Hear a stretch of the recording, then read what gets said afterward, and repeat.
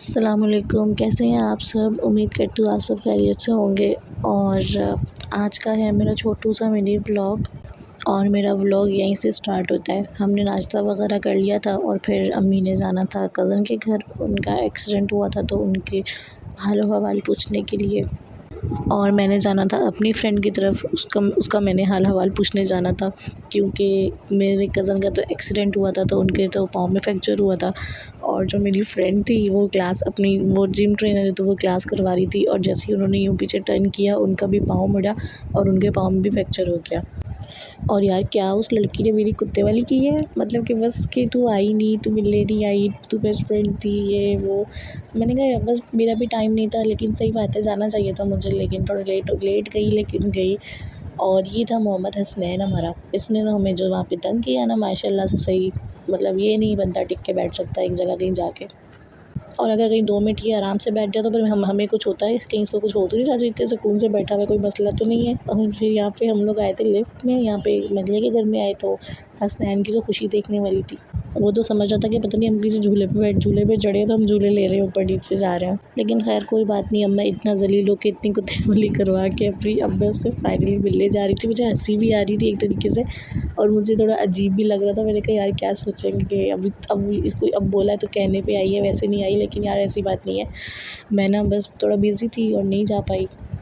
लेकिन मैं फ़ोन पे उससे डेली पूछती रहती थी कि क्या बोला डॉक्टर ने, चेकअप के लिए गई थी तो क्या कहा, डेली बात होती थी। लेकिन फिर भी उस मैडम के नखरे थे कि नहीं जी तुम आई क्यों नहीं, मिलने क्यों नहीं आई, फ़ोन पे तो पूछना अलग होता है, तुम मिलने क्यों नहीं आई।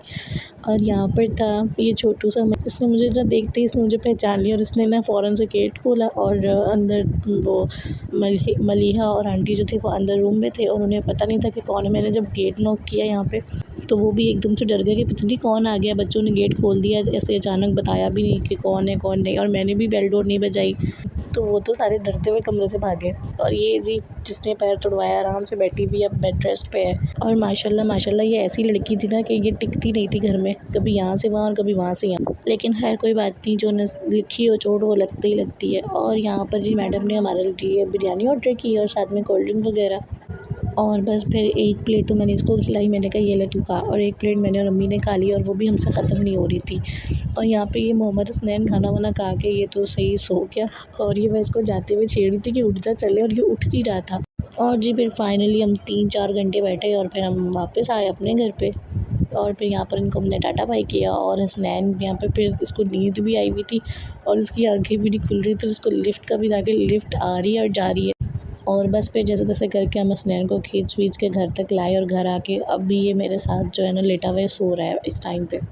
और वहाँ भी बैठी हुई ना मेरी अम्मी को हो रहा था कि हाय मेरा बेटा, इसको तो गर्मी लग रही है, इसको नींद आ रही है, हसनैन चलें घर, इसको घर चलते हैं, इसको फीडर देते हैं, इसको फीडर देना है, इसने दूध पीना है। और बाहर भी मेरी अम्मी को इसी के साथ था, फिर भी इसी की टेंशन लगी हुई थी।